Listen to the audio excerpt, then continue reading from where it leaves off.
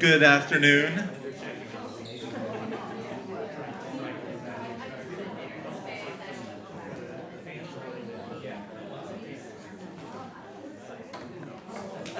Good afternoon. We're glad to be with all of you as we celebrate America's 250 years. We are a part of our Westfield Clergy Association. It's nice to know that the clergy of Westfield really like each other, and we like to study, we like to eat, we like to be in community. And over our time together, we meet monthly. We always dream of new things that we can do for our community, and one of them is to teach together about our own faith and celebrate America's history. I'm Rabbi Ethan Prosnit, rabbi up the street at Temple Emmanuel, and today we have 6 different houses of worship in Westfield, and we are going to share our history. Some of us have long history, and some of us have shorter history, but we're each going to spend about 8 minutes talking about how, if you go a little longer, it's okay, especially if you're earlier, because you have more history to get through. And our hope is that you'll learn about the town that we live in and how faith has impacted our town, as well as how the town has impacted our own institutions. At the end of our presentations, we're going to open it up for questions and conversations. I see people who can probably give better presentations of the history of Westfield than your clergy, but we're honored to be here. So we're going to start with our oldest house of worship in Westfield. Hello, everyone. Good afternoon. My name is Emily. I'm the pastor for Family Ministries at the Presbyterian Church in Westfield, and it is an honor and a privilege to be here this afternoon speaking on behalf of our 300-year history. So yes, get ready for me to do 300 years in 8 minutes. But I will do my best, and it is a gift to be here as I'm actually just approaching my 1 year being at the church, being in this role. And so it was fun for me too to do some research and learning about the very rich history of our congregation. And as Rabbi Prosnik pointed out, we have a couple of our parishioners here who have experienced many years at this church. And so at the end of our time, if you want to talk more to them about it, I invite you to do so. So I'm going to embarrass them for a second. But Dave, Greg, and Alan, can you just raise your hand? These are some of our wonderful Presbyterian Church in Westfield historians. I'm going to name you as that. You all are wonderful. Well, without further ado, 300 years. In 2028, the Presbyterian Church is going to be celebrating 3 centuries of being here in Westfield. So today, I'm going to take you on a brief journey through our rich history. For nearly 300 years, the church has been more than just a place of worship. It has helped shape the history of Westfield itself, serving as, yes, a spiritual home, but also a civic gathering place, a center for education, service, and community life. And so let's begin at the very beginning. In the late 1600s and early 1700s, Settlers from Elizabeth began moving west into what was known as the Westfields. Westfield. By about 1720, a small farming community was formed here, and many of these settlers were of English and Scottish Presbyterian descent. That's where we get Scotch plains from, the Scottish settlers. And these Presbyterians brought with them a deep commitment to faith, education, and community leadership. And so these values that were established during that time became woven into the identity and origins of Westfield itself. In 1728, these original families organized what became the first Presbyterian Church of Westfield. Within a few years of their establishment, they built a simple log meeting house. But it wasn't just a church building. Before Westfield had established a town government, the meeting house served as the center of community life. People gathered here not only to worship, but to discuss community concerns and make important decisions. In 1734, the congregation purchased 40 acres of land for 20 pounds, which would be about $27 today, on what is now Mountain Avenue and East Broad Street. And this decision to permanently establish this location as a geographic and cultural heart of Westfield.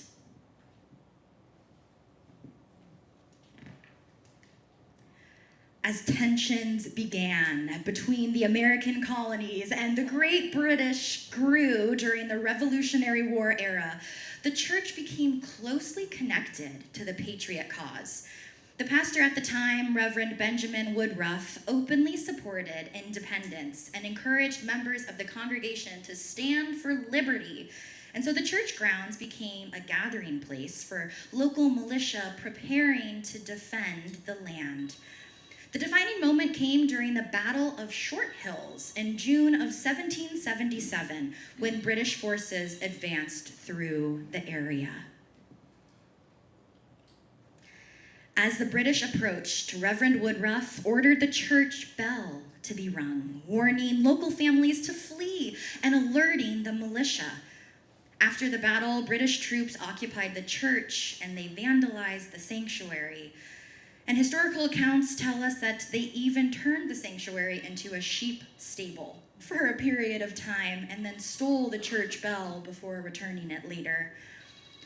Across the street, the church cemetery, which you can still see from Mountain Avenue, it's right across from our parish house, contains the graves of 73 Revolutionary War veterans, reminding us that the congregation was deeply connected to the birth of our nation. In addition, the church also served as the site of one of New Jersey's most notable Revolutionary War trials. In 1782, James Morgan was tried for the murder of the famed Patriot minister, Reverend James Caldwell, also known as the Fighting Parson. The church was chosen as the courtroom because it was the trusted center of the community. Morgan was found guilty, and the trial reinforced the church's role not only as a place of worship, but yes, also a place of center of justice and civic life.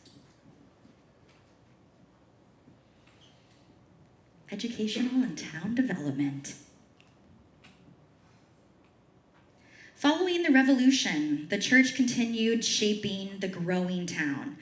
In 1818, it established Westfield's first Sunday school, which at the time provided basic literacy and education for children long before the public schools were established. And the congregation also donated land for the Westfield Academy, helping lay the foundation for what eventually became today's public school system. And beyond education, the church leaders were active in community life, supporting different families that were in need, encouraging ethical leadership, and helping build the civic institutions of the young nation.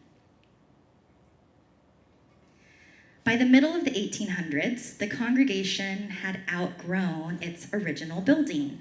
And so construction on the current sanctuary that you see today began during the Civil War and was completed in 1862. And so what's remarkable here is that the congregation at the time was a merely 250 members, but they built an 800-seat sanctuary. Talk about that for being very optimistic about the growth of the future. And for many people, they did think that this seemed arguably ambitious. But church leaders, they knew that Westfield was changing. And as the railroad expanded, they believed that the town would grow dramatically. And yes, it did.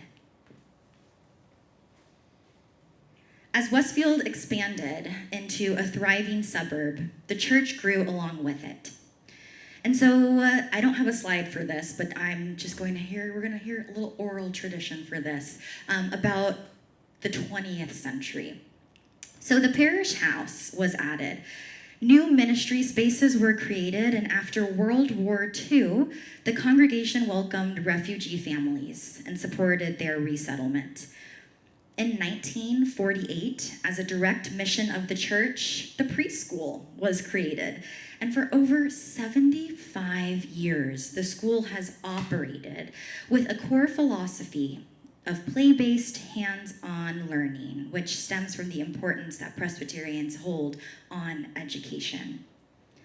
Membership in the mid-1900s eventually grew to more than 4,500 people by the early 1960s.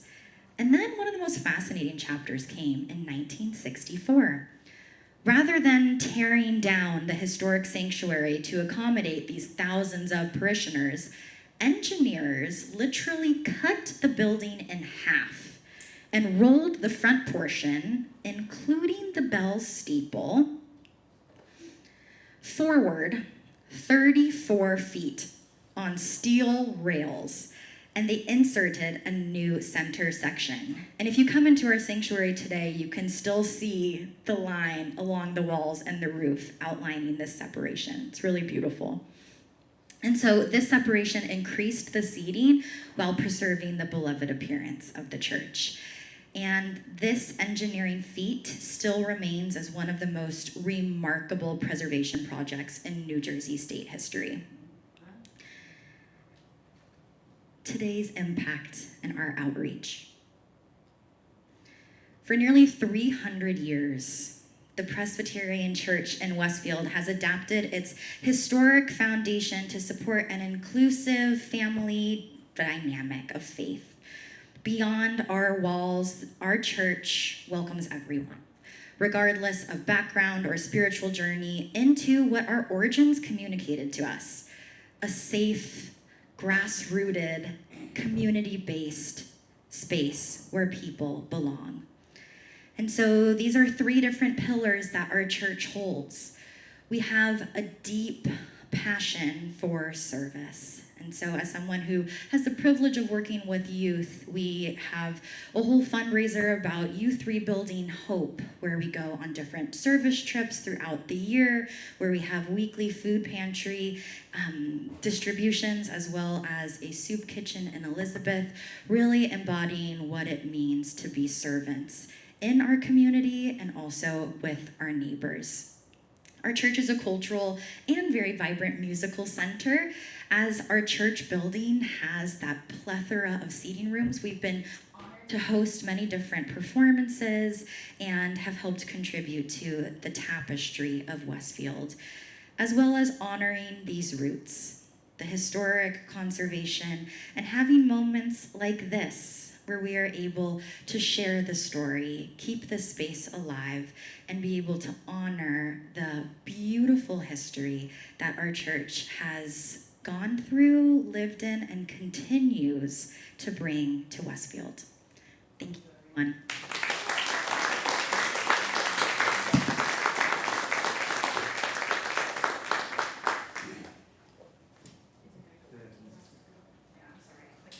Oh, no, that's okay. Thanks, Emily. All right. So I am Allison Phillip, the pastor of First United Methodist Church, which is, as you can see in this picture, the church on the corner. We have one of our fall garden from last year on the cover there as well, and I'll say a little more about our gardens as I go. Our church was started a good bit after the Presbyterian Church, but I believe was the second congregation to form in Westfield. It began at the corner of, I think, East Broad and Chestnut Street. There was a farm there, and people would gather to hear a preacher from Plainfield. In the Wesleyan tradition, we had a lot of preachers on horseback who would travel from town to town, and so we got part of that circuit. They would gather at the fields of Mr. and Mrs. Cornelius Leverage, and so this small group would gather under the chestnut trees there, or the walnut trees at Chestnut and Broad, and the group got big enough that they decided they wanted to create a church and have a property to go with it. This is the picture of the first meeting place under the walnut trees. That was in 1849 when they began gathering there. And then by 1852, they had been granted some land that they then built this church on. And I know Emily talked about the price of her church building, which I think was $27, is that right? Does anyone want to try to guess what the cost of this little building was? Any guesses? It was a little more than that. I guess by 100 plus years later, it was $3,000, but that still feels pretty good to me. Right. And does anyone want to take a guess at what the pastor's salary was for that little church? It was a little better than that too. It was $100. So that's good. So anyway, we 1952 we were incorporated and had a small little building there. But in time, the church, similar because the railroad was in, the town was growing, the congregation grew. And so they built a second church on our current property. I think that land was granted to us by the Clark family. And so they built this first congregation over here, or the first church building over here in 1877. And the clock that you see up on the top there, which is now in this building today and still functions, it was brought in by railroad to the church and was something that I guess the Methodist Church has been known for architecturally. And it's still up in our clock tower, and it runs it's purely like, what are those called? There's no battery, there's no electricity, it's purely the clock mechanism that came in the 1800s. So that's pretty cool. And if you ever want to go up there, we can arrange to make that happen. Things were growing rapidly, kind of as Emily said, the town was continuing to grow, and so not too much longer after that, our current building was built. You can kind of see the previous building was right off to the side, and then this one was built where our church currently sits, and then that church was taken down. So that was 1910. An interesting fact from my perspective, and maybe for some of the other churches in town, they'll also find this interesting. Membership peaked in 1966 at 2,600 members, and the pastor who was known as like the guy that everybody talks about all the time, his name was Clark Hunt, and larger than life. When he started, there were 2,100 members. It peaked at 2,600 members, and now it's down. Then when he left 5 years after that, it was back down to the 2,100 when he started. And I guess that encourages me a little bit that like even under this giant, they see those things, and it's been maybe not recovering. It may never recover to that again, but it reflects kind of the way that the way population patterns and culture was happening at the time, and continues. But the Methodist Church first began ordaining women in 1950. It wasn't until the 80s that First UMC got a female associate pastor, and it wasn't until 2020 that they got a senior minister who's a woman, which is me. They built a preschool. I don't know if I have a picture of this. I do not. But they built the preschool building in 1952.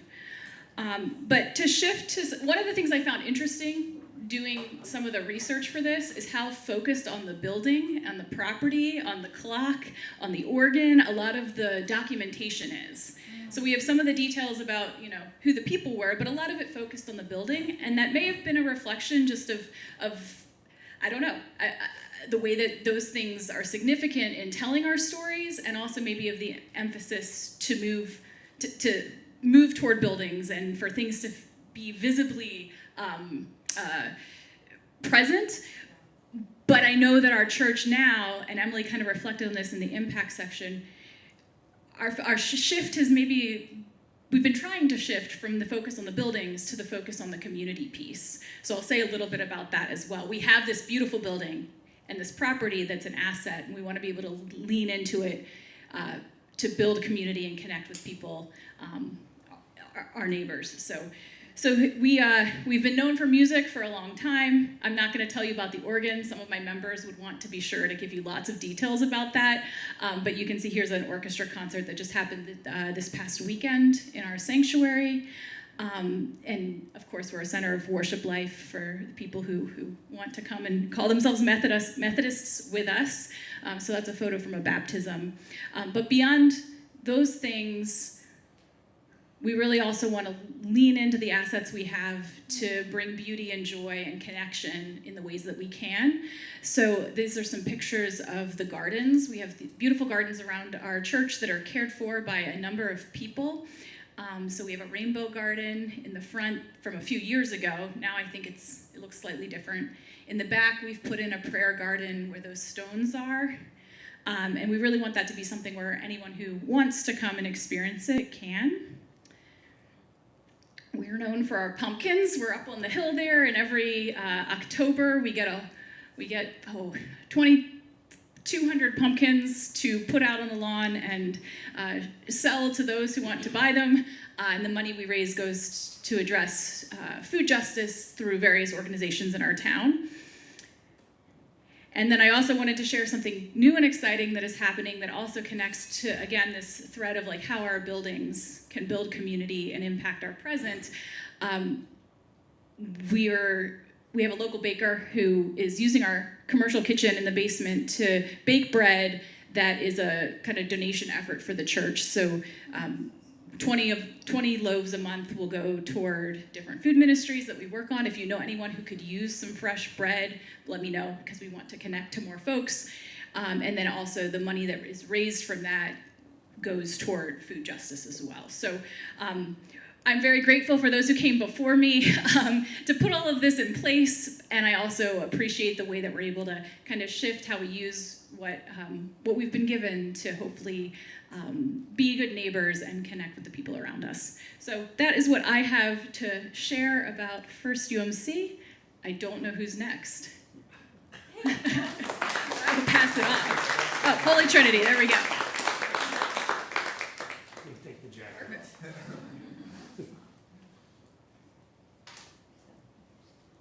Thank you, Allison. I do need the glasses. I was reminded of, growing up and in school, as I'm walking, my wife is leaving Terry this morning, and I said, yeah, I have my oral report about Holy Trinity. And I always remembered that in school, if you followed the girls, you were lucky to get a C. So let's see how we do. But our message from Holy Trinity and our history is really about growth and building. And what you see here is the footprint of our whole facility, except for the school across the street, the church, the rectory, the 2 schools, and the convent down at the end. So briefly, our history starts in September 2nd, 1872, where a new pastor was sent to Westfield to serve the Catholic community. And the Catholic community was expansive from here, really this side of the county pretty much. So from our beginnings, which were Mass, I skipped one, yeah. They gathered inside this dry goods store to celebrate Mass on the weekends. And then from there, we went to the train station as we grew to about 70 people. The growth continued, and we formed and built our first church, which is behind where you see our facility. If you're familiar with now the Westfield, the Trinity condos, that's where the first church was built. This wooden church in 1906, and that was on New York Avenue, which was later renamed Trinity Place. which you're familiar with. We began construction of our church, and you'll see the church in the background about halfway up. You'll notice all the builders, and the thing that sticks out to me is they're wearing ties. Everybody, it was important, your status and how you carried yourself was important in the day. So, I also wanted to share this picture with you from the time period. We did have a football team, and Catholics are also pretty famous for basketball, but I didn't have a shot of that. So our church formed, and this was the completed church, which cost, we had dollar guesses. I'm not going to make a guess. $92,000. We should have taken 5, right? Right, Tom? Should have taken 5. So from this church, and as we moved into this church from back in the 20s, our growth piece was we were sort of mother church to many churches that you're familiar with in the area. Among those, St. Mike's in Cranford grew out of Holy Trinity, St. Anne's in Garwood, St. Bart's in Scotch Plains, Our Lady of Lourdes in Mountainside, St. Agnes in Clark, and Immaculate Heart in Scotch Plains. As we get further, and like all families that grow, we also had what we'll call that surprise child that came along in the 60s that you know of as St. Helens. And we'll hear more about that. I thought you were leaving us out. No. You were the great surprise. And the great surprise. We'll talk a little bit about that. So we formed a church. From the church, this gives you an interior shot of the church. And I have something from what we look like today. But look how ornate this was. From the painting to all the marble work. And this wedding, I have another wedding shot that I want to share with you right here, because it didn't show you the other pieces, but what I will share with you is this is the first double wedding that occurred in Holy Trinity Church, and this is my mother and father-in-law, Jack and Betty Avis, and her sister Dottie and John Nolan. And they grew up. They've been in the parish. Our parish history goes back 97 years, which is when Betty was baptized in Holy Trinity. They grew up, as a quick little aside, down Rawway Avenue, about a block from where now we have St. Helens. And at St. Helens, without jumping on top of whatever Tom's going to say, St. Helens was Blado's farm. And they knew the Blado's boys, as I did, because I grew up on Summit Court. So I remember that as a farm in the area. The construction, this precedes the church, but Father Watterson, Monsignor Watterson, came here at 37 years old, and it truly was really like mission work, what you did and what you built, and it was constant growth and adding. So he built, in a short period of time, not just the church, but the school, what was later a high school, a convent, and in the 50s, the school that you see across the street, which was a high school and is now houses K through 8. The rectory, if you're familiar with First Street, this building, which is now the Trinity condos, a piece of the history, we'll leave that out about how we don't have that anymore. So our rectory is right between the school building and the church, and that rectory that you see was on the corner here. And when they decided to build that school, and this is more of the school, the other school, oops, let me back up. You can leave that up. I will go up to that. But all those things were built in really like a 10-year period, which is amazing. You know, amazing growth, amazing when we talked about being able to see into the future and see what's coming and to prepare for, you know, the boomers and all that post-World War II growth. All those things he saw in the future. And I remember Monsignor Watterson pretty much sitting in a chair in the side of the sanctuary on Sunday. But I did receive my first communion from him, and he was there at my confirmation. He lived to be 101 years old, and he's buried along the side of our church on First Street. When you see the statue of the Blessed Mother, his grave is right in front of that. And so that brings us to this period that you talked about with growth and maxing out in the 60s and all the families that you had. So Holy Trinity in the 60s, as I remember being, a grammar school kid, it was packed. And I mean packed. Like on Sunday, there wasn't a seat to be had. People were standing along the sides. And we didn't have Mass on Saturdays. That was for confession at night. But on Sundays, the Masses started at 7 a.m. And in what was the school building, there was an auditorium room in there. And there would be Masses on the half hour. So it would be 7 in the church, 7:30 in the school, every half hour so that they would let out. And they were always packed. And that was that 60s period. And that's what gave way to our baby, the baby of the family, St. Helens, and Father Meany, who was in his day quite a visionary for parish life.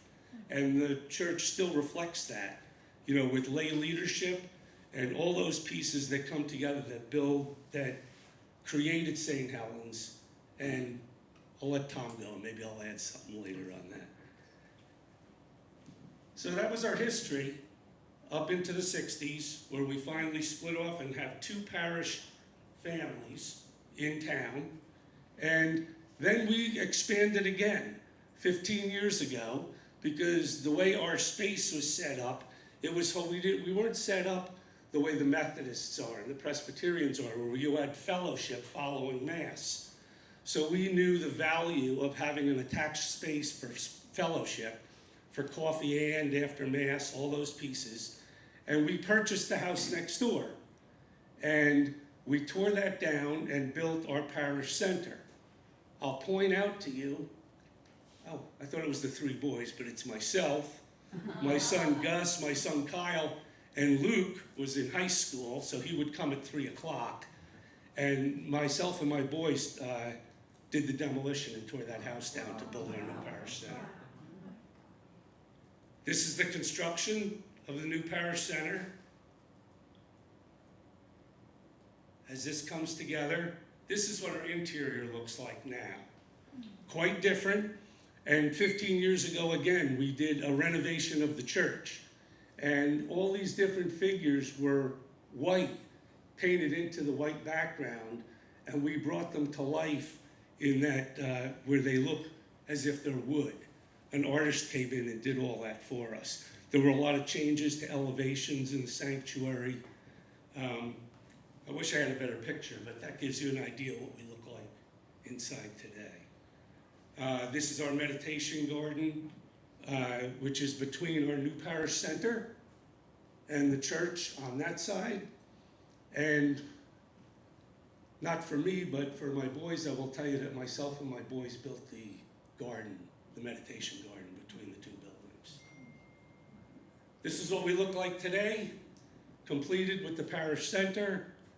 And we're here to serve the people of Westfield. We always have. One of the things that you might be familiar with us for service in the community was over 40 years ago, we started the RR food pantry, which has now evolved into the Westfield Food Pantry, which all of you help support and you make the place run.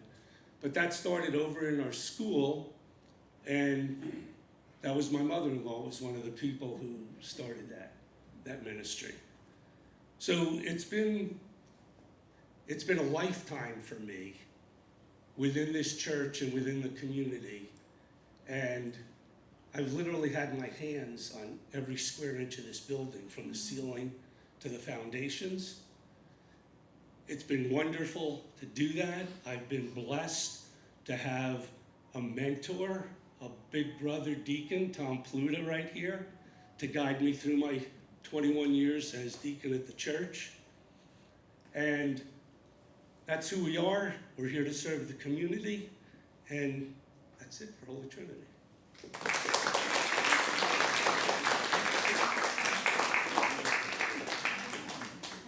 How large is your congregation? How large was it, or how large is it? Right now, What are we? Somebody have an answer to that? The real number is 7 or 8. 7 or 800. Yeah, not 7 or 8.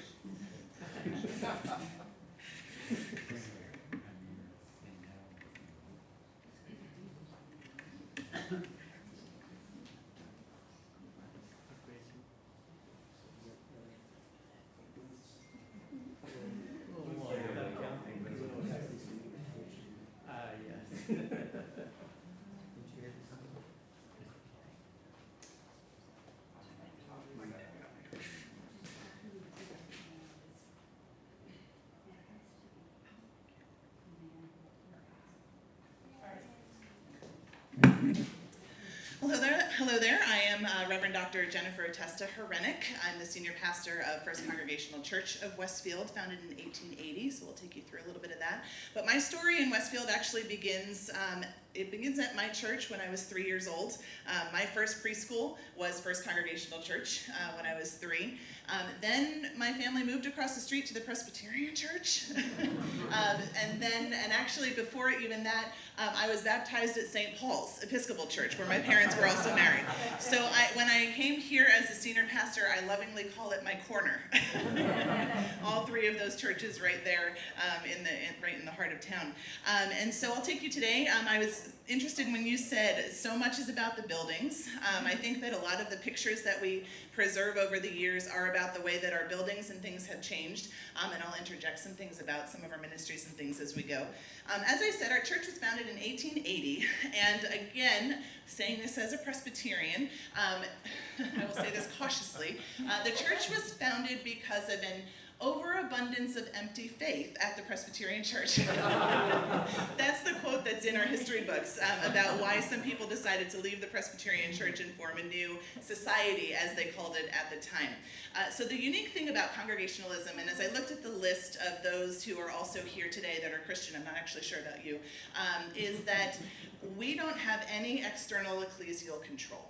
So there is no body above us that can tell us how to conduct our ministry, conduct our worship service, conduct our polity, none of that. Whereas Presbyterians have the presbytery, the Catholics have the Pope, and circling down.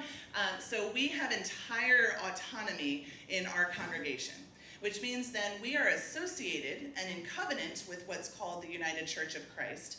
And that's a larger body that mostly encompasses congregational churches, but some others as well. It was a denomination that was formed by 5 different denominations or tracts coming together, which is actually unique for denominations. Frequently, denominations are formed because of splits, but the UCC church was formed because of coming together, these 5 different tracts. That actually happened in the mid-50s, I think it was, 1950s. And so the Congregational Church of Westfield was founded well before that. So I think it was 20 members. Heidi is our archivist. Sorry, Heidi. Her father was our historian. And so a huge shout out to Heidi for helping me put things together today. And if I say anything wrong, either correct me or tell me later. So the group gathered first at Lyceum Hall in 1880. It was the first meeting place. It was on the southeast corner of Prospect and Broad, which if I do my compass correctly, that's where the bank is, at the southeast corner of Broad and Prospect. And they met here, as I said, because they were looking for a way to govern themselves. And so they had stepped away from the control of elders and pastors in the Presbyterian Church to a congregational setting where there's and I would say it's true of the Presbyterians as well, but maybe not back then, that we're more of a balance between pastor and congregational interaction. And so there's a significant lay volunteer influence in everything we do. It's at the heart, the DNA, the core of who we are. And so these, they gathered at Lyceum Hall, and it was 20 people. There was the number, I was looking for that.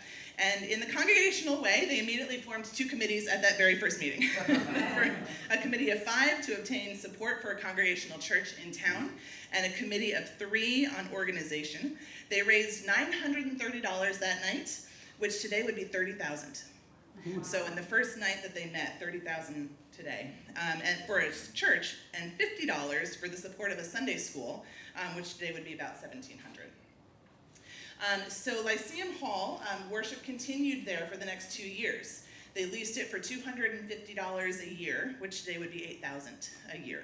And the first public worship service was held on June 7th, 1880, and the first pastor was called in January of 1881, the Reverend Henry Neal. So then, of course, they want to find a place where they can worship permanently. And so they found this place on Elmer Street, which is now known as 125 Elmer. And that was on September 12th, 1881. After worshiping for about a year in that building, they secured this land and began this process of building a church building. It was finalized in 1881, and the cornerstone for the first building was laid in 1882, dedicated also in 1882, and they only incurred a debt in that process of $2,000, which today would be about $65,000. Constructed in the Queen Anne style, this was the first sanctuary building of First Congregational Church. This will not look familiar to you. Our current church building, I'll go through that history, but it's a very different looking building than what you see here. Inside the church looks like this. You can see significant organ presence. Again, our people love the organ as well, and so you can see that there. This down here is the first altar. We use that every Sunday in the summer. So we still have that in our building, and it's the communion table that I use every Sunday when we are not in our typical worship space. This is a second picture of the interior. I think this was Easter Sunday, and you can see obviously the large choir, etc. But the thing I wanted to point out here is that the pews, a feature of even our current building, is the pews have a curvature to them. If you've been in our space, you would notice that the center aisle and then it kind of wrap, the pews sort of curve and wrap. Those are the original pews that still reside in the building when it was rebuilt today. As things grew, in the early 1900s, they decided they needed a parish house. We know it today as Patton. So this is, in a way, Patton is the oldest space on our property. Maybe the basement of the sanctuary might be older, like foundation. But Patton, built in 1912, is really the oldest space. If you go into Patton today and look up, you'll see the original glass that is from this. And so this building you might recognize. It looks a little bit different now, but those windows you can still see from Elmer Street. It took 10 committees, of course, and 13 years to create the structure. And it cost $20,000, which would have been $688,000 today, dedicated in 1913. One feature at this point is that the 2 buildings weren't connected. So you can kind of see from this drawing that the church building on the left and the parish house on the right were not connected. They are now, and I believe that happened when the new church was built a little bit later. Another interesting tidbit, I just found this out yesterday, is you'll notice that this building does not have a steeple. The one that I showed you a little while ago had a large steeple. The steeple was removed because it was rotting, somewhere in around 1915 or so. And so, church problems, building problems, they were not new. They started all the way back in the early 1900s at least. So then in 1949, sort of around this time you all were talking about in terms of the growth, we were experiencing that as well. And it was decided, Dr. McCorrison is, again, one of those names that everyone sort of knows. And he realized that the church needed some updating and improving. And so they decided to take the construction, the church down and did some construction for the church that we have today. So this is Dr. McCorrison taking the time capsule out from the side of the building, and inside found a Bible and the Constitution of Plainfield, which I thought that was a little odd, but there it is. And so the church member then removed some more clapboards to symbolize the start of demolition. But you'll notice one of the things I'd like to point out is that there are women standing with him. This is not something in the 50s that was typical, but one of the things about the UCC and about the Congregational Church was the empowerment of women from very early on. The UCC was the first denomination to ordain women to the pastorate. This is a picture of the cornerstone being laid for the new church, 1950, and the woman that you see standing there was the only remaining founding member. Miss Alpers was her name, from 1880. So then the next picture I will show you is under construction. I thought this was very cool to see, all the scaffolding and things that builds the new structure. The plan was to build a meeting house designed in the tradition of 18th century New England. So if you visit our church, even from the outside, that's what you will notice, is that it looks very much like New England architecture. And that's one of the things that even till today we seek to preserve as we think about the way the building is used as we go forward. Let's see, the scaffolding. Oh, the next one, I went in not chronological order here, but I only have this picture of the Chapel of the Holy Spirit. Our church is the only church with 2 steeples. So you'll notice if you drive by that this is the completed building and the Chapel of the Holy Spirit to the left. And there are 2 steeples on our building. That is very unusual, especially for a Protestant church. I saw 2 spires sort of on Holy Trinity, but for a Protestant church, typically there's just the one, but we have 2. Since this picture was taken, the Chapel of the Holy Spirit has been converted into office spaces and meeting spaces, so we don't have that chapel anymore, but the outside still looks very similar to that. Let's see. Oh, this is a picture of the dedication when the sanctuary was completed. And again, I just noticed that there's a woman standing there that was on the building committee. And again, 1952-ish for that, 51. At that point, Dr. McCorrison said, "We now, the people of this church and congregation, compassed about with so great a cloud of witnesses, grateful for our heritage, remembering the consecration of the fathers, and knowing that apart from them our work cannot be made perfect, do dedicate ourselves anew to the worship of God in this house and to be constant service of men in the Spirit of Jesus Christ, his Son." So then our membership had increased significantly, and so they began construction on the 3rd building on our property, which is McCorrison, dedicated to Dr. McCorrison. It was named in his honor.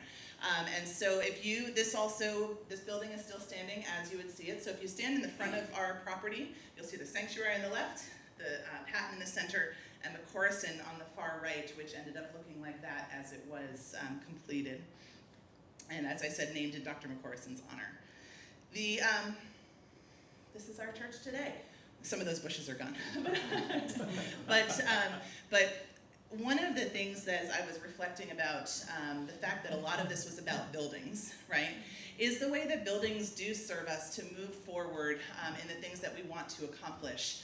And even if we spend a lot of time thinking and talking about the buildings, and the pictures are fascinating when we look at them from the 1880s, there is still something to be said for what comes out of those buildings. And so this is our interior today, just as an aside. I think this was an Easter Sunday since I've been here. But we have had 22 senior pastors in our history. 15 of them have been installed. I'm the 15th senior pastor. But I look at this picture and I think one of these things is not like the other. And it's not just because of the color picture, right? So I am the first senior pastor who was a woman. There were associates who were women before, but I'm honored to hold that.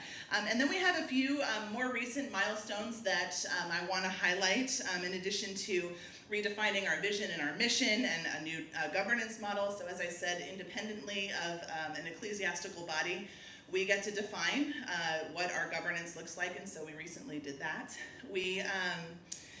This one is I would say one of the most important ones for us in recent history. So we took on a designation, which in the UCC is called Open and Affirming.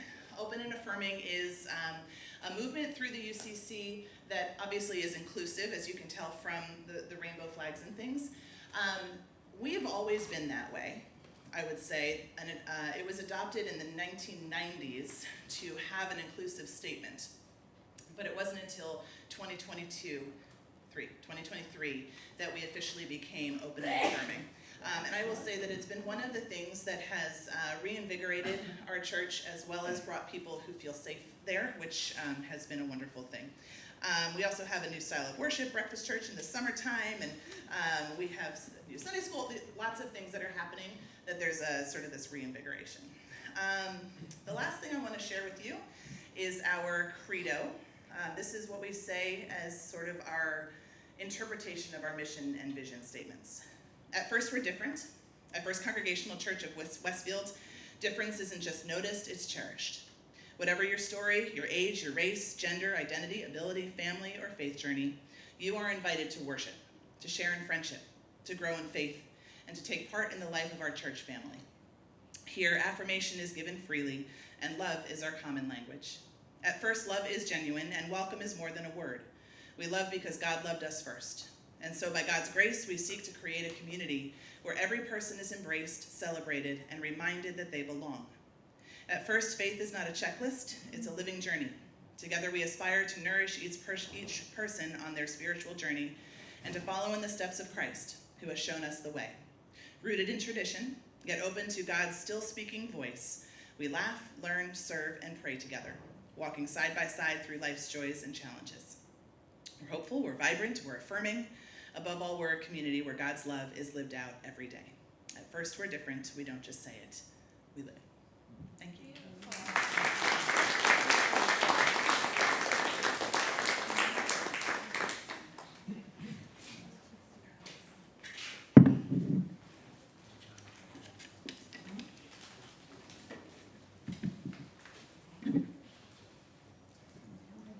We are now in the 1950s, as we have heard of the increase of faith in Westfield. That's when the Temple Emmanuel kind of blossoms as well. I'm Ethan Brosnan, Rabbi. I'm here with my colleagues as well, Rabbi Victor Appel, Cantor Alana Goldman, and we have members here, and Debbie Holtz, who was who was here at the very beginning of our community, so you can tell some of the stories about growing up Jewish in Westfield. And I would love to say that growing up in Jewish in Westfield was very easy at the very beginning, but I would not be telling the truth. Since early in the 1920s, there started to be Jewish businesses in Westfield. There was a battery repair center. There was a clothing stores and liquor stores, and many of the first Jews in Westfield were merchants. Some were doctors as well. In the 1920s and 1930s, people started leaving the cities, coming to suburban life, and that really started in the late 1940s and 50s. There was a synagogue in Cranford, and some of the Jews started to go to Cranford, but many of the Westfield Jews wanted to create a home as well. And so they gathered a group of 30 families in someone's house. First, it was actually the women who came together and said, we need to create something. We need to create a synagogue here in Westfield. And so they gathered in Westfield in a home, and they decided, we are going to create a synagogue. And no one would sell land to the Jewish community here. And there started to be petitions saying there should not be a synagogue in Westfield. And they were starting to be spread around. And the Reverend of the First Congregational Church said that they will not sign that petition, and they welcomed the Jewish community to pray in their parish hall, the parish hall that Jen showed us earlier. This picture is in that parish hall. We are celebrating Simchat Torah, the giving of Torah. On the far right is the first rabbi, Rabbi Ezra Spicehandler. And so these petitions were going to be sent to the town hall and not have a community that was, they wanted a synagogue but couldn't find that land. But the First Congregational Church welcomed us in, and for 3 years they prayed in that parish hall. It was lovely, it was beautiful, but there was something about having your own space, something about your own rituals that can be in a place, and they continued to work on finding a place. And there was a place on East Broad Street that was owned by a druggist, and he was going to sell the land to this Temple Emmanuel, this Jewish community, and the bank wouldn't give them a mortgage. And so what did they do? Merchants went to the bank and said, we're going to take our money away, and we got a mortgage. And so 1953, we had our, and just here's a quote from one of the parishioners at First Congregational Church. "The Jews are my guests at my church, and I think they are entitled to a synagogue and think it's unfair for them not to have a place of worship. They are good, quiet, and friendly people." I hope we're still that today. So here we go. So we are, maybe not quiet anymore, but we are, this is our first synagogue in 1953, 30 families, and then once you build it, people start coming. The really important part, that we were founded as a Reform synagogue. There was a lot of debate about what type of synagogue we should be. Should we be a conservative synagogue? Should we be, there wasn't really a conversation about an Orthodox, but we decided to become a Reform synagogue. Of the sects of Judaism, that's the most progressive, both in ideology as well as Jewish practice.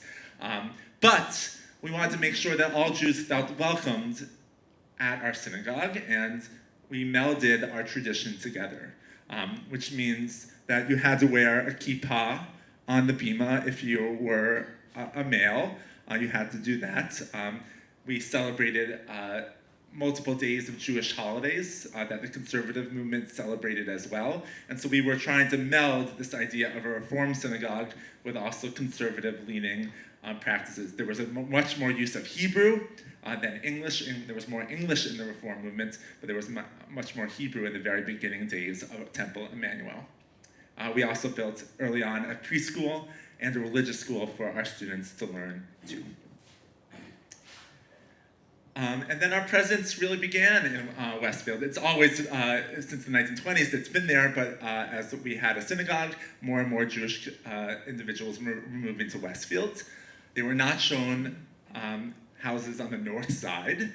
They were only really shown houses on the south side of Westfield. That's where the Jews could live. And there was continued anti-Semitic incidences that were happening, not always outwardly, but this is where you can be. This is the golf course that you can partake in. These are the things that you can do. And one of the biggest topics of history at Temple Emmanuel is the Christmas pageant.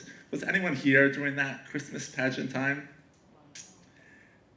So in Westfield High School, there used to be a Christmas pageant that was mandatory for all students to participate. We're talking 1963, I think. And it basically was a passion show. And some of the Jewish students felt uncomfortable participating in the Christmas pageant at Westfield High School. And there was a big uproar about, from the Board of Ed, if we should allow students not to participate.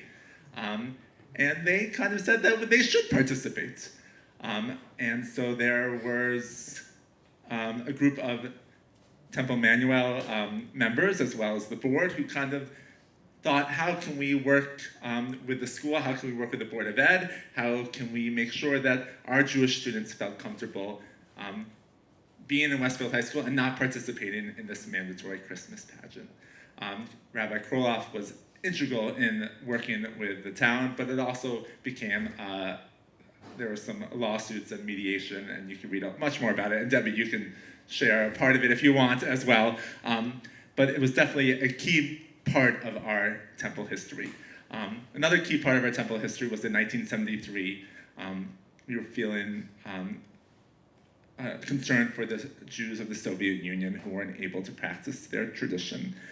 And so our synagogue wanted to be really public about this. And so we marched down East Broad Street demanding for the Free Soviet Jews, and that was a really big turning point in the Jewish community in Westfield. We became a part of this community. We were present, we were public, and that has always been a part of who we are. And continued to work with our faith partners for other big events, and looking not just inwardly but outwardly. Something we're really proud of is our Saturday morning fun club for refugees, which we host on Saturdays, but it's a partnership. It was created as a partnership with the synagogue and other churches in our community. And so lastly, we built our synagogue continued to build as we've seen in other churches. We created a school wing, we created another, this is the original, but we have built on two different sides. Unfortunately, we also have to think about security. We talk a lot about security as houses of worship, but we continually think about security. And about 4 years ago, or 5 years ago, we had to establish those bollards, which protect our building and protect the people who are praying in that building, to make sure that we feel safe here. It might not be the nicest site, but it's necessary for our community. And as the Jewish community continues to grow, our synagogue continues to grow here. And we're proud to be on East Broad Street as an entrance to Westfield or an exit to Westfield, either way you're driving. And we want to continue to be a light unto the nations as we do justly, to love mercy, and we walk humbly with our God. And we have one left, the youngest house of worship, and we're going quickly because we're over a little bit, so. You know, I was just about to say to Ethan, it almost seems completely unfair. As Emily pointed out at the beginning, we were each given 7 to 8 minutes. And to characterize our less than 60 years of history in comparison to 300 and whatnot almost seems unfair. So Ethan, you're being unfair. No, I'm kidding. I'm kidding. But I do want to thank Emily, Allison, Keith, Jen and Ethan for their character. I have found it fascinating. I don't know about you, but it has really been interesting to follow that trajectory of faith in its existence here in Westfield. And I also want to thank them because you make me feel so young. That's wonderful to be able to feel so young. I don't have any pictures other than that because probably most of you have seen it from its inception, from its growth. But as Keith pointed out, we grew out of Holy Trinity, and I was going to really give him the business when he almost left us out.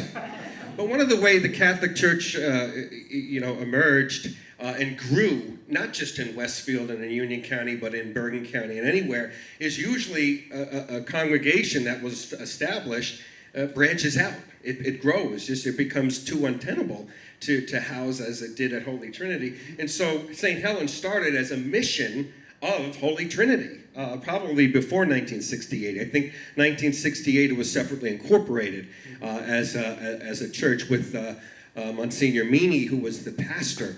But as I was listening to the others talk about the trend that they found in their congregations, Keith pointed out that Monsignor Meany was a visionary because of the way he allowed people in the congregation to be part of the ministry, to participate. And I've heard that resonate in all of your presentations about how that has been. So I oftentimes, as you were talking, I was wondering, not to take any credit away from Monsignor Meany that he wasn't doing, but maybe that was just a kind of a resonance that developed around Westfield.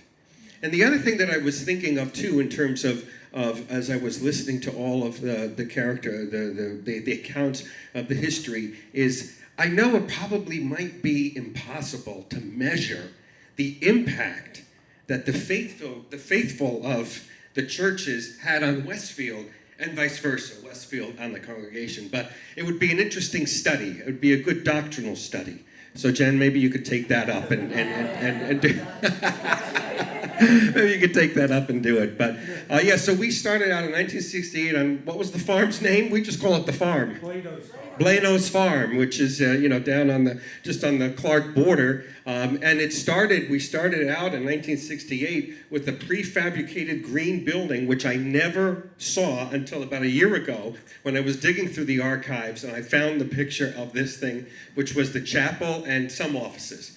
But I also believe, and Keith, you can correct me, or Tom, you can correct me if I'm wrong, that the house that I live in, which is at 1255 Rahway Avenue, which is separate from the campus of the church, was donated by a parishioner of Holy Trinity, I believe. I knew it as a gift from Holy Trinity. Yeah, a gift from Holy Trinity. So, and that served as the rectory or the offices. It was the residence of the priests and the offices of that, other than the religious ed offices that were down in the prefabricated green building. It was also serving as the chapel.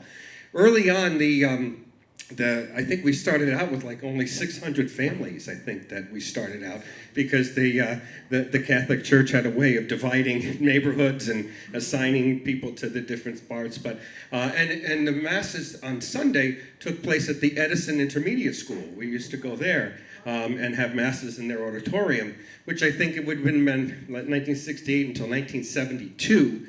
And so for those 4 years, we were doing that. Once again, showing how the Presbyterian Church, which was the seed for public education in Westfield, returned the favor and allowed us to use that auditorium to have Mass until our church was built. And Monsignor Meany served for until I think it was 1980, around there, and then we had the pastors, and I knew all the pastors. Not all of you can say that. I knew all the pastors, except Meany. I didn't know Meany, but I knew all the pastors. Monsignor Jim Burke came in as the pastor. He was pastor for 10 years, and he had the similar kind of openness to people in the congregation participating. In fact, he had such an openness that he would direct people. You're going to start this. You're going to start this. You're going to do this.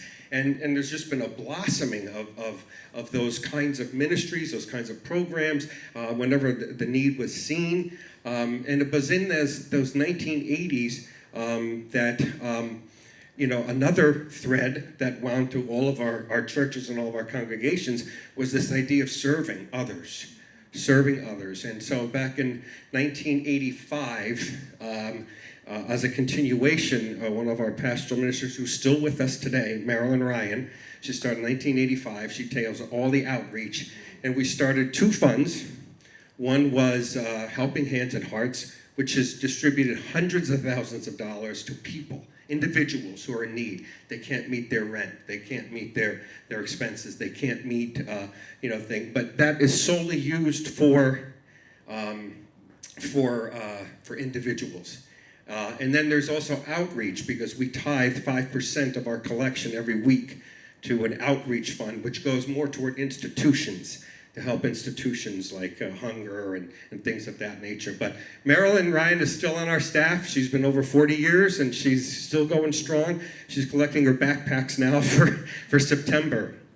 But then in 1990, Monsignor Harms came in. He was my academic dean when I was in the seminary, but he came to St. Helen. At some point after the church was built, what we call Meany Parish Center was built, which is a little further over. But Monsignor Harms built Burke Hall, or Burke Center, which houses all the offices and some conference and meeting rooms.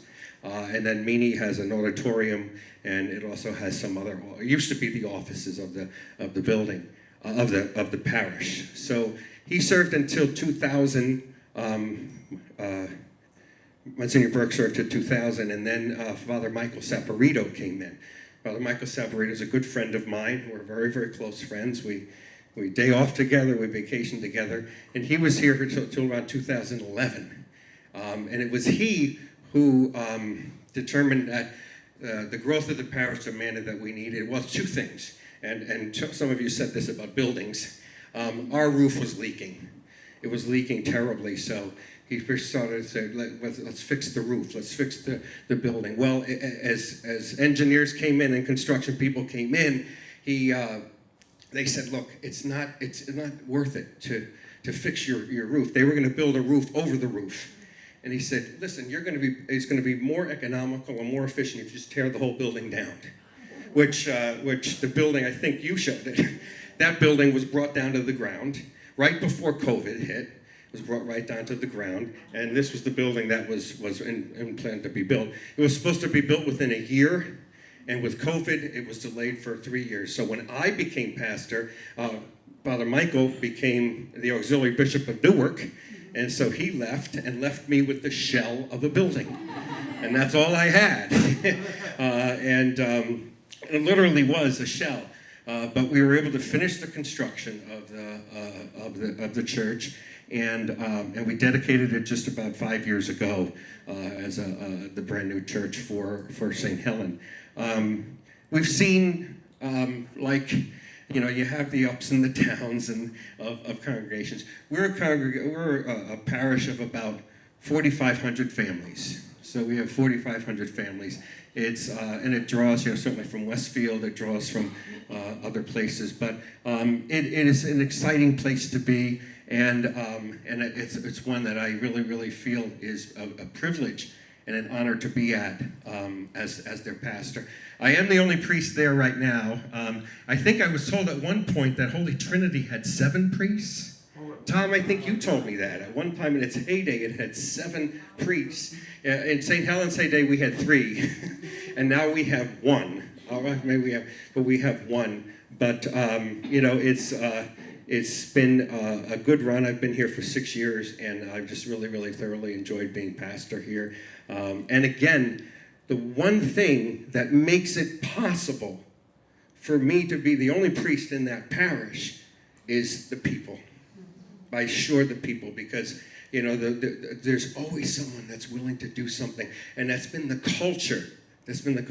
And one of the things that Marilyn points out oftentimes is that every pastor that has come along has engaged the people to have them be involved. And we couldn't do what we do if it weren't for the people of the parish. I mean, that's basically the bottom line. So we are the baby.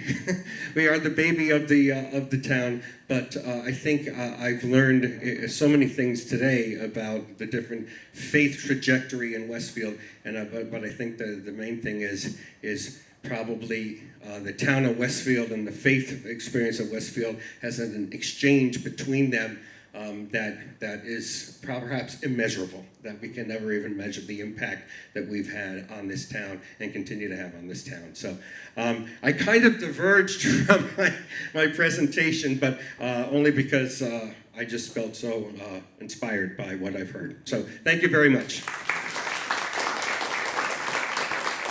I just wanted to add one piece. Everything he says. Knowing the area, like I told you, where Blado's farm was, I grew up across the street on Summit Court. So the area he talked about, it was a double-wide trailer building. And that's where the farmer's home was. That's where the Blado's house was. And behind the house was the barn. And the area you're looking at, the church and the sanctuary area, was where the barn was. And one of my uncles who gave a talk at a Cornerstone weekend, his talk was on community. And he talked about how they tore down a barn and they raised a church. And you talk about God's good earth, this area right here where that church is, that's where calves were born, that's where cows were milked, that's where all those animals lived, in that spot right there. I think we might have time for like 1 or 2 questions if anybody has. I also want to thank Alan from the library. He's a wonderful partner, and what's happening at this library is really impressive. So thank you for all the work that you are doing. Yes, hi. Great presentations. I really enjoyed everyone's talk. But I wanted to, thank you. Yeah. Thank you. I enjoyed the presentations everyone made. There's a part of history of the Westfield Presbyterian Church that I came in a little late, but I don't know if it was mentioned or not. But there was a Scandinavian community, immigrant community that came, I guess, in the first half of the 20th century. My dad was one of those. and they actually lived in the backwoods section of Westfield, and they were part of the Westfield Presbyterian Church, but they built their own chapel in that area. This is just like in the area of Brighton Avenue, and I think there's a few, Madison Avenue, there is a chapel. And what it is my dad and his family, they was a Swedish and Norwegian community, and actually my dad, he built some pews there and all that, and as a very young girl, I went there like for ice cream socials. So I just want to make sure that that part of Westfield history is not forgotten. I know there's something in the Westfield Historical Society, I think there's like a pew or something from there for that time, but whoever is from the Westfield Presbyterian Church, I don't want you to ever forget that, because a lot of these immigrants, they came over, they were poor, they didn't have cars, and they were not able to like drive to the main church in Westfield, so that's why they started their own chapel, and they called that the Annex. So I remember going there as a little girl with my dad and his family, the whole community there. So what happened is that chapel was later, an artist bought it, but then it was torn down. So that's why we have to, and that's why I wanted to come today, because I know it's hard with this part of history to keep it living, but it's part of the faith community of Westfield. So Thank you so much. I think there's a lot of history that we have not touched upon in an hour and 10 minutes, so I think that's really important to hear, and I'm sure lots of other people have history. And this is part of why we bring Westfield Clergy Association together, because we want to make sure that our houses of worship talk to each other. Any other comments, questions? Yeah. Thank you to each of you for your presentations. I'm recently retired, and I'm looking for volunteer opportunities. Now, I'd like to work with children, but not in a Sunday school. So I wonder if each of you could talk about what opportunities there are for lay people to work with the children in your communities.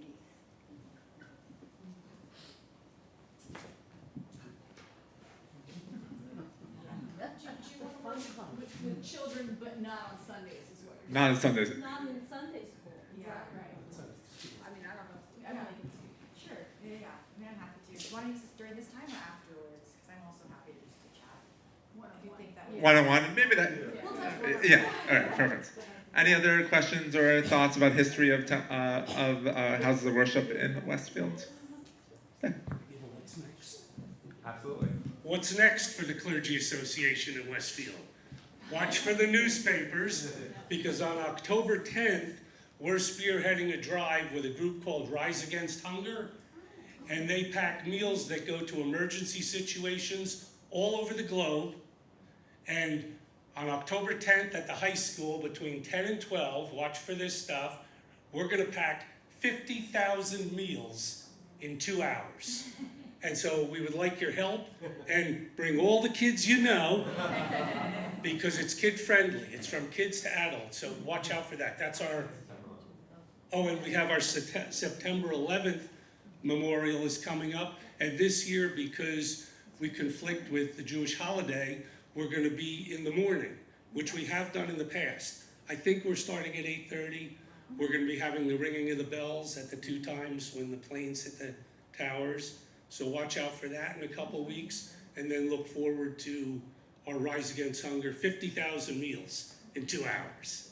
One more announcement. So we'd also like to invite you, the Presbyterian Church, the Methodist Church, and the Congregational Church are hosting a joint worship service on September 26th and 27th. So the worship service on the 27th, and 2 educational opportunities on the 26th and the 27th after worship. We haven't put out a whole lot of information about it yet, so I can't tell you where to go, but any of our websites shortly will have it.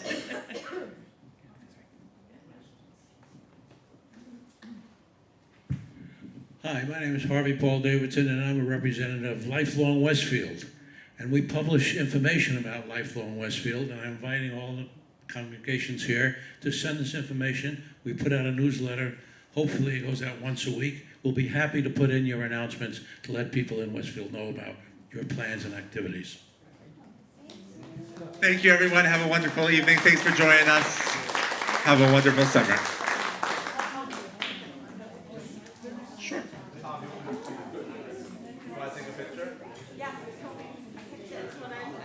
Tom, can we take a picture with you?